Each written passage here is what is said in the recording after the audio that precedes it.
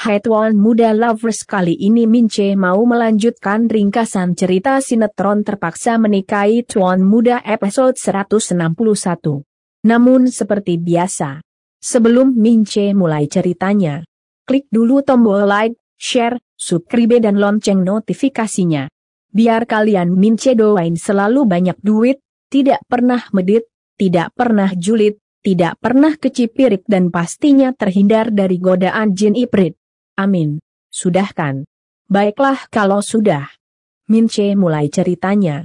Di episode kali ini diceritakan jika Kinanti baru masuk ke dalam kamarnya. Kinanti pun lalu mau merebahkan tubuhnya di tempat tidur. Namun saat itu dia melihat ada selembar amplop di atas bantalnya. Kinanti pun jadi bingung dan langsung mengambilnya. Punya siapa ini? Kinanti lalu membuka amplop. Di dalam amplop ada kertas bertuliskan, "Buka laci meja rias." Kinan pun jadi penasaran dan segera buka laci meja rias. Di dalam laci rias ternyata ada amplop lagi. Kinanti pun lalu mengambilnya. Di amplop ada tulis, "Untuk istri, dari suami." Kinanti pun jadi heran dan langsung membukanya. Isi amplop ternyata tiket paket babi moon. Kinanti pun jadi surprise. Matanya sampai berkaca-kaca. Saat itu juga Kinanti lalu berlari keluar kamar sambil memanggil-manggil Mas Abdi, On Marima dan Eyang Martu yang berada di ruang tengah jadi menatap heran. On Marima pun lalu tanya, "Ya ampun Kinan, kamu ngapain lari-larian gitu?" Eyang Martu pun menimpili, "Iya nih, kamu lupa ya kalau lagi hamil?" Kinanti berhenti berlari sambil kemudian menatap Oma Rima dan Eyang Marta. "Enggak Oma, Eyang. Kinan lagi cari Mas Abdi." "Oma sama Eyang tahu nggak di mana dia?" Oma Rima jawab. "Tadi si Oma lihat dia lagi di pinggir kolam renang. Lagi ngobrol sama David." Kinanti pun lalu mengucapkan terima kasih sambil kemudian kembali berlari ke arah kolam. Oma Rima pun jadi cemas dan bilang, "Kinan hati-hati. Jangan lari." Namun Kinanti yang emang lagi girang marah terus lari. Eyang Marta pun lalu menatap Rima sambil bertanya bingung, "Si Kinan kenapa sih? Kok tiba-tiba nyariin Abhi kayak gini?" Oma Rima jawab, "Iya, mana matanya kayak orang nangis lagi, Bu." Eyang Marta pun jadi curiga ada yang tidak beres. Apa jangan-jangan mereka berantem lagi? Oma Rima pun ikut curiga. Mereka pun lalu bangkit dan bergegas menyusul Kinanti ke kolam renang. Sementara itu di kamar Radit dan Jumi lagi saling tatap. Jumi pun diam-diam jadi terpesona sama Radit. Jumi lalu berkata dalam hati, "Duh, ini Mas Kumlai kenapa pakai jatuh ke pelukan Jumi sih? Mana makin dilihatin makin ganteng paripurna lagi. Bikin Jumi deg-degan aja sih." Jumi pun langsung ngayal dicium Radit. Namun saat itu Radit yang heran melihat Jumi terdiam memanggil-manggil namanya. "Bik Jumi. Bik." Jumi pun tersentak kaget dan langsung menatap Radit yang lagi menatapnya dengan tatapan kesal. Radit pun lalu bilang, "Tolong lepasin pelukannya, saya mau ke toilet." Jumi yang ternyata masih memeluk Radit tercekat dan langsung melepaskan pelukannya sambil bilang, "Yang jatuh duluan ke pelukan Jumi kan Mas Radit." Radit jawab, "Ya udah maaf, saya nggak sengaja soalnya tadi kepala saya tiba-tiba pusing." Radit pun lalu mau melangkah pergi. Namun Jumi buru-buru memegang tangan Radit sambil tanya Mas Radit, "Mau kemana?" Radit jawab, "Kan tadi saya udah bilang mau ke toilet." Jumi malah tersenyum girang dan langsung bilang, "Ya udah, kalau gitu Jumi antar ya." Radit tentu saja kaget dan langsung menolak tawaran Jumi. "Udah nggak usah." Radit pun lalu melepas tangan Jumi dan kembali melangkah pergi. Namun baru berapa langkah, Radit malah oleng lagi dan mau jatuh. Untung Jumi dengan sigap kembali memegang tangannya Radit. Jumi pun lalu bilang, "Tuh kan, belum apa-apa udah oleng. Udah deh mendingan Jumi anterin aja yuk." "Tenang aja, Jumi nggak gigit kok. Paling Noel dikit." Radit pun tercekat dan jadi bergidik ngeri ngebayangin ditowel Jumi. Namun karena kondisi tubuhnya emang masih lemah dan gak memungkinkan jalan sendiri ke kamar mandi, Radit pun terpaksa menerima tawarannya Jumi. Sesampainya di kamar mandi, Radit lalu mau duduk di toilet. Namun gak jadi karena Jumi malah diem di sana sambil cengar-cengir ngeliatin Radit. Radit pun jadi ngeri dan tanya, "Kok malah berdiri di situ?" Jumi sambil terus nyengir lalu jawab, "Emang kenapa?" "Ya udah Jumi pindah deh." Jumi pun lalu pindah tempat tapi nggak keluar dari kamar mandi. Radit pun karuan jadi mulai jengkel. "Maksud saya keluar. Saya kan mau pakai toiletnya." Jumi sambil terus nyengir malah jawab, "Ya udah, Mas Radit pakai aja toiletnya, Jumi jaga di sini." Radit tentu saja kaget dan bilang, "Mana bisa begitu? Saya kan bukan anak kecil." "Udah deh Bi Jumi keluar aja ya." Jumi malah makin nyebelin, menatap Radit dengan tatapan menggoda dan tanya, "Yakin nggak mau Jumi temenin ntar kalau tiba-tiba jatuh lagi terus pingsan, gimana? Kan nggak ada yang bantuin." Radit yang sudah jengkel lalu jawab, "Nggak akan kok. Tolong, ya, Bi Jumi keluar sekarang." Jumi pun jadi menghela nafas panjang dan akhirnya jawab, "Ya udah deh kalau Mas Radit maksa. Tapi kalau ada apa-apa, call me ya." Radit jadi mendengus bete. Sementara itu Jumi sambil kembali cengar-cengir lalu beranjak keluar dari kamar mandi. Radit pun lega dan langsung menutup dan mengunci pintu kamar mandinya. Di tempat lainnya, Abhimana dan David yang berada di pool dekat kolam lagi bicara serius. Namun Kinanti tiba-tiba muncul sambil teriak, "Mas Abhi!" Babang Gondrong dan David pun tercekat dan langsung menoleh ke Kinanti. Di saat yang sama Oma Rima dan Eyang Martu yang tadi mengejar Kinanti muncul di belakang Kinanti. Eyang Mada sambil siap mementung Abhimana dengan tongkat saktinya lalu bilang, "Awas ya, kalau bener si Abhi bikin nangis istrinya lagi, ibu pentung pakai tongkat ini." Namun Kinanti yang sudah berada di dekat Babang Gondrong malah langsung memeluk Babang Gondrong. Babang Gondrong dan David pun jadi terkejut. Sementara Oma Rima dan Eyang Martu yang sebelumnya curiga Babang Gondrong dan Kinanti berantem lagi, langsung berhenti sambil menatap heran. Oma Rima pun lalu tanya, "Loh, kok malah pelukan?" Eyang Mada pun jadi menggeleng bingung. Sementara Kinanti yang lagi memeluk Babang Gondrong lalu bilang, "Makasih ya Mas. Makasih atas kejutannya." David, Oma Rima dan Eyang Marta jadi makin bingung. Sementara Babang Gondrong dengan gayanya yang sok cool lalu tanya, "Kejutan apa ya?" Kinan langsung tunjukkan tiket babi moonnya sambil bilang, "Ini Mas Abhyang. Siapinkan." Mas Abhyang tulis notes biar saya buka laci meja rias, karena Mas Abhi udah taruh ini di sana kan? Babang Gondrong malah terdiam. Sementara Kinanti yang masih senang kembali memeluk Babang Gondrong sambil bilang, "Makasih ya Mas. Makasih banyak. Saya seneng banget." Babang Gondrong sambil tersenyum lalu jawab, "Ya, sama-sama." Oma Rima dan Eyang Martut pun jadi surprise. Mereka pun lalu mendekati Babang Gondrong dan Kinanti. Oma Rima lalu tanya, "Jadi kalian bukan lagi berantem?" Eyang Martut menimpali, "Iya. Hampir aja tadi Eyang pentung kamu gara-gara bikin Kinan nagis lagi." Kinanti dan Babang Gondrong pun tercekat dan langsung membuka pelukan sambil menatap Eyang Martu dan Oma Rima. Babang Gondrong pun lalu jawab, "Orang nyenengin istri, malah dibilang berantem." Kinanti pun lalu menimpali, "Padahal kemarin waktu Kinan sama Bi Jumi ngomongin babi moon, Mas Abhi cuek lo Oma, Eyang nggak taunya malah dibeliin tiket." Oma Rima pun jadi tersenyum dan bilang, "Abhi tuh orangnya emang gitu. Biarpun kelihatannya cuek, tapi sebenarnya dia romantis kok."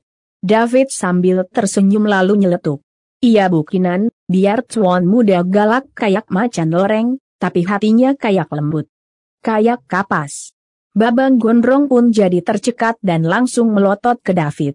"Berani kamu ngatain saya kayak macan loreng? Mau saya potong gaji kamu, hah?" David pun langsung mingkem menahan ketawa. Sementara itu Kinanti kembali menatap Babang Gondrong sambil bilang, "Sekali lagi makasih ya Mas. Saya seneng banget." Babang Gondrong malah menjawab ketus, "Udah kan? Awas ya kalau udah babi mohon masih aja stres. Mahal tuh paketnya." Kinanti yang lagi senang tidak menjawab dan malah merangkul Babang Gondrong dengan manja. Eyang Martha, Oma Rima dan David pun jadi ikut menatap bahagia. Sementara itu Radit yang baru dari kamar mandi sudah sampai depan kamarnya. Jumi tiba-tiba nongol sambil pegangin piring makan buat Radit. Radit tentu saja kaget dan tanya, "Bi Jumi ngapain di sini?" Jumi sambil tersenyum genit lalu jawab, "Nungguin Mas Radit. Kan tadi itu Jumi mau anterin makan malam, Mas Radit malah mau pingsan. Jadi sekarang, nih Jumi bawain ke sini." Radit pun jadi bete dan jawab, "Ya udah, taruh aja di meja. Nanti saya makan." Namun Jumi sambil kembali tersenyum genit lalu bilang, "Makan sekarang aja Mas, biar kuat. Pasti tadi Mas Radit mau pingsan gara-gara belum makan kan? Yuk, Jumi. Suapin." Jumi pun lalu mau nyuapin Radit. Namun Radit buru-buru mencegahnya. Nggak usah, saya bisa sendiri kok." Namun Jumi yang emang sudah terpesona sama ketampanan Radit malah cengengesan dan bilang, "Udah, Jumi suapin aja. Kan emang udah tugas Jumi bantu ngurus Mas Radit." Radit makin bete dan jawab, "Ya tapi nggak usah suapin juga. Emangnya saya anak kecil?" Jumi yang emang mau cari kesempatan dan kesempitan lalu jawab, "Tapi sebagai asisten rumah tangga yang profesional, Jumi harus jalanin tugas Jumi secara menyeluruh. Termasuk nyuapin Mas Radit, kalau enggak, nanti Oma sama yang marah. Jadi ayo Jumi pun lalu kembali mau nyuapin Radit. Radit pun jadi bingung dan dengan sangat terpaksa akhirnya membuka mulutnya. Jumi pun jadi tersenyum sumringah dan sambil terus nyuapin Radit lalu bilang, "Pokoknya Mas Radit tenang aja ya. Mulai sekarang Jumi bakal lurusin Mas Radit dengan sungguh-sungguh. Mas Radit tinggal istirahat dan biarkan kumis lele itu tumbuh kembali." "Oke." Radit kaget dan jadi cengong mendengar ucapan Jumi. "Bisa aja lo Jum. Tapi Mince dukung deh. Syukur-syukur si Radit mau nikahin lu. Iya kan guys?" Sementara itu di tempat lainnya, Utami, cewek yang sebelumnya pernah ketemu Indra di sebuah kafe baru pulang kerja dan lagi memacu motornya. Tiba-tiba di belakang motornya Utmai ada motor lain yang mengikutinya. Utami awalnya tidak curiga. Namun setelah sadar jika motor itu terus mengikutinya, Utami pun jadi curiga dan bertanya dalam hati, "Perasaan itu motor deket banget sama gue. Kenapa ya gue nggak diikutin lagi kan?" Utami pun lalu mempercepat laju motornya. Motor itu pun ikut mempercepat laju motornya. Utami pun jadi parno dan coba melihat lewat kaca spion motornya siapa yang mengikutinya. Namun Utami tidak bisa melihat jelas karena yang mengikutinya memakai helm full face. Utami pun lalu berkata dalam hati, "Kalau gue lewat jalan biasa, nanti malah makin bahaya, soalnya kan jalan sana sepi banget. Gue lewat jalan raya aja deh." Utami pun lalu belokin motornya menuju jalan raya yang cukup ramai. Setelah itu Utami kembali melihat kaca spionnya. Motor yang mengikutinya sudah nggak ada. Utami pun jadi bernafas lega. Akhirnya pergi juga dia. Namun tanpa Utami ketahui, motor yang mengikuti Utami ternyata berada di balik mobil yang ada di belakang Utami dan masih terus ngikutin Utami. Sementara itu Babang Gondrong dan Kinanti lalu masuk ke dalam kamarnya. Kinanti yang masih terlihat bahagia lalu bilang, "Saya masih nggak sangka, ternyata Mas Abdi bisa juga bikin kejutan kayak tadi. Pasti ngikutin waktu saya kasih tahu soal kehamilan ya." Babang Gondrong tercekat dan karena emang gengsi dikatain ngikutin Kinanti, Babang Gondrong pun lalu menjawab ketus, "Kepedaan. Emangnya yang punya ide kayak gitu cuma kamu aja?" Kinanti jadi tersenyum dan bilang, "Udah deh ngaku aja. Kalau ngikutin. Tapi kurang seru Masa petunjuknya cuma dari bantal kelaci meja rias saja sih? Babang Gondrong lagi-lagi malah menjawab ketus. Udah deh, jangan minta yang aneh-aneh lagi, masih mending udah saya kasih kejutan. Kinanti jadi ketawa dan jawab, iya deh iya. Di saat yang sama Kinanti tiba-tiba mengaduh kesakitan. Babang Gondrong tentu saja kaget dan jadi panik. Kenapa? Kenapa? Perutnya sakit? Udah mau lahiran? Mau ke rumah sakit sekarang? Kinanti malah tersenyum dan jawab, enggak kok mas, cuma kaget aja. Habisnya bayi kita tiba-tiba nendang kenceng banget. Kayaknya sih dia lagi seneng nih mau diajak jalan-jalan. Babang Gondrong tercekat dan tanya, masa sih? Coba saya pegang. Babang Gondrong lalu memegang perut Kinanti. Namun Babang Gondrong nggak ngerasain apa-apa. Babang Gondrong pun jadi bete dan langsung bertanya ketus. Mana kok diem aja? Kinanti sambil nyengir lalu jawab, kayaknya udah tidur deh mas. Babang Gondrong jadi heran. Cepet amat. Katanya tadi nendang, kenapa sekarang udah tidur? Kinanti jawab, ya mana saya tahu. Mungkin dia sempat kebangun sebentar, nendang, terus tidur lagi. Babang Gondrong jawab, kayak mamanya aja, nempel bantal sedikit. Langsung tidur. Kinanti lagi-lagi malah tersenyum dan jawab, yang penting jangan orok kayak papanya deh. Babang Gondrong pun jadi kesal dan langsung mencubit hidungnya Kinanti. Kinanti pun langsung pura-pura mengaduh kesakitan. Sementara itu Herman yang sudah berada di dalam kamarnya sudah mau tidur. Namun HP-nya tiba-tiba bunyi. Herman pun gak jadi tidur dan langsung mengambil HP-nya sambil ngedumel bete.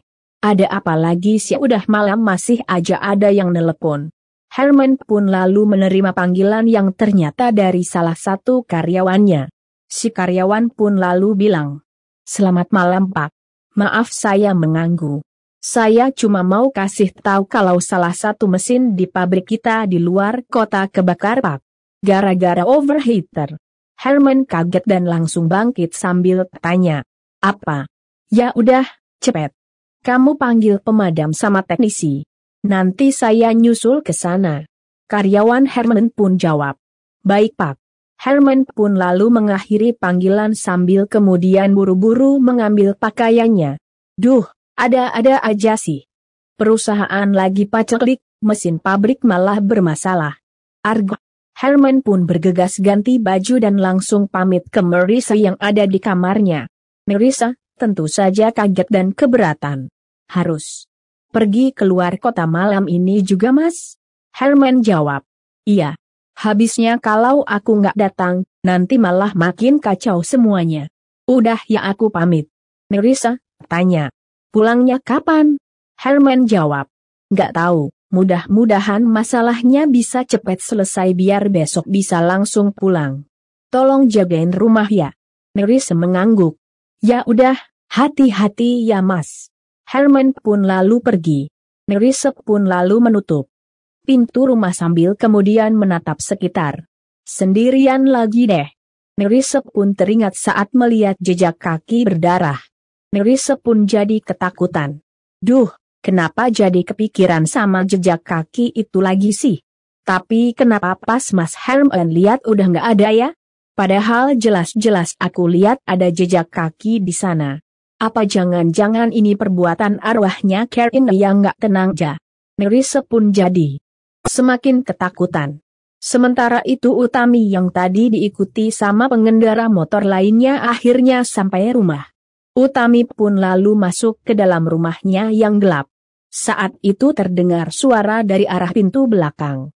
Utami langsung menoleh, tiba-tiba ada sosok bayangan sedang mendekatinya dari arah pintu belakang. Utami jadi syok dan langsung nyalain lampu. Namun sosok itu udah nggak ada. Utami pun heran dan cemas. Utami lalu memberanikan diri ke pintu belakang. Tiba-tiba ada yang membekapnya dari belakang. Utami kaget dan langsung berontak. Lampu di rumahnya tiba-tiba mati. Utami pun makin kaget dan terus berontak dan akhirnya menyikut orang yang membekapnya. Utami langsung kabur. Namun orang itu keburu menarik kakinya Utami hingga terjatuh. Utami pun jadi makin langsung melihat siapa yang menyerangnya. Utami pun jadi kaget begitu tahu jika orang itu ternyata Rendra. Sementara itu Marissa yang sudah berada di dalam kamarnya berusaha memejamkan matanya. Namun nggak bisa. Tiba-tiba ada yang mengetuk jendela. Marissa terhenyak dan tanya, "Siapa itu?" Tidak ada jawaban dan malah kembali terdengar suara ketukan. Marissa pun jadi tegang dan perlahan lalu bangkit dari tempat tidurnya sambil celingukan mencari sesuatu. Tak lama Marissa melihat sapu. Marissa pun lalu mengambilnya sambil kemudian berjalan ke depan jendela kamarnya. Sesampainya di depan jendela, Marissa lalu membukanya sambil acungkan gagang sapunya dan tanya, "Siapa kamu?" Namun di luar ternyata nggak ada siapa-siapa. Marissa pun jadi melongo dan nggak sengaja melihat lantai. Di lantai ternyata terlihat jejak kaki berdarah yang tampak merah kehitaman. Marissa pun jadi syok dan ketakutan. Di saat yang sama tiba-tiba terdengar suara langkah kaki yang basah. Marissa pun jadi makin ketakutan. Marissa lalu lihat arah jejak kaki berdarah itu, dan ternyata mengarah ke seorang wanita yang lagi jalan dengan posisi membelakanginya di antara kegelapan. Marissa terhenyak dan jadi makin ketakutan. Namun karena penasaran, Marissa pun lalu memberanikan diri memanggilnya. "Hei, siapa kamu?" Perempuan itu berhenti melangkah tapi nggak noleh. Marissa jadi makin penasaran, perlahan dia keluar dari jendela dan dekati perempuan itu sambil kembali tanya, "Siapa kamu? Apa kamu yang ketuk jendela rumah saya? Kenapa?" Perempuan itu gak jawab. Marissa jadi kesal dan nggak sabar, dia pegang pundak perempuan itu. "Hei, jawab dong." Dengan pelan dan kaku, perempuan itu menoleh. Marissa pun jadi syok dan langsung menjerit ketakutan karena perempuan itu ternyata Karina dengan muka serem banget seperti habis kebakar. Saat itu juga Marissa pun langsung lari dan masuk lagi ke dalam rumahnya sambil teriak-teriak minta tolong. Namun baru aja dia mau kunci pintunya, tiba-tiba pintu didorong dengan keras. Marissa pun kepental ke tempat tidur. Sementara itu hantunya Karina tiba-tiba muncul dan langsung berjalan mendekati Marissa. Marissa pun jadi makin ketakutan. Namun maaf ya guys, ringkasan cerita terpaksa Mince akhiri dulu sampai di sini. Kira-kira itu beneran hantunya Marissa bukan ya? Terus kira-kira apa aja yang akan dilakukan Babang Gondrong dan Kinanti saat Babi Moon nanti? Mince tunggu jawabannya di kolom komentar. Dan buat yang baru gabung, sekali lagi Mince ingetin. Jangan lupa klik like, share, subscribe dan lonceng notifikasinya. Biar kalian Mince doain selalu banyak duit, tidak pernah medit, tidak pernah julid, tidak pernah kecipirit, terhindar dari godaan jin iprit dan pastinya nggak akan ketinggalan update cerita sinetron terpaksa menikahi tuan muda.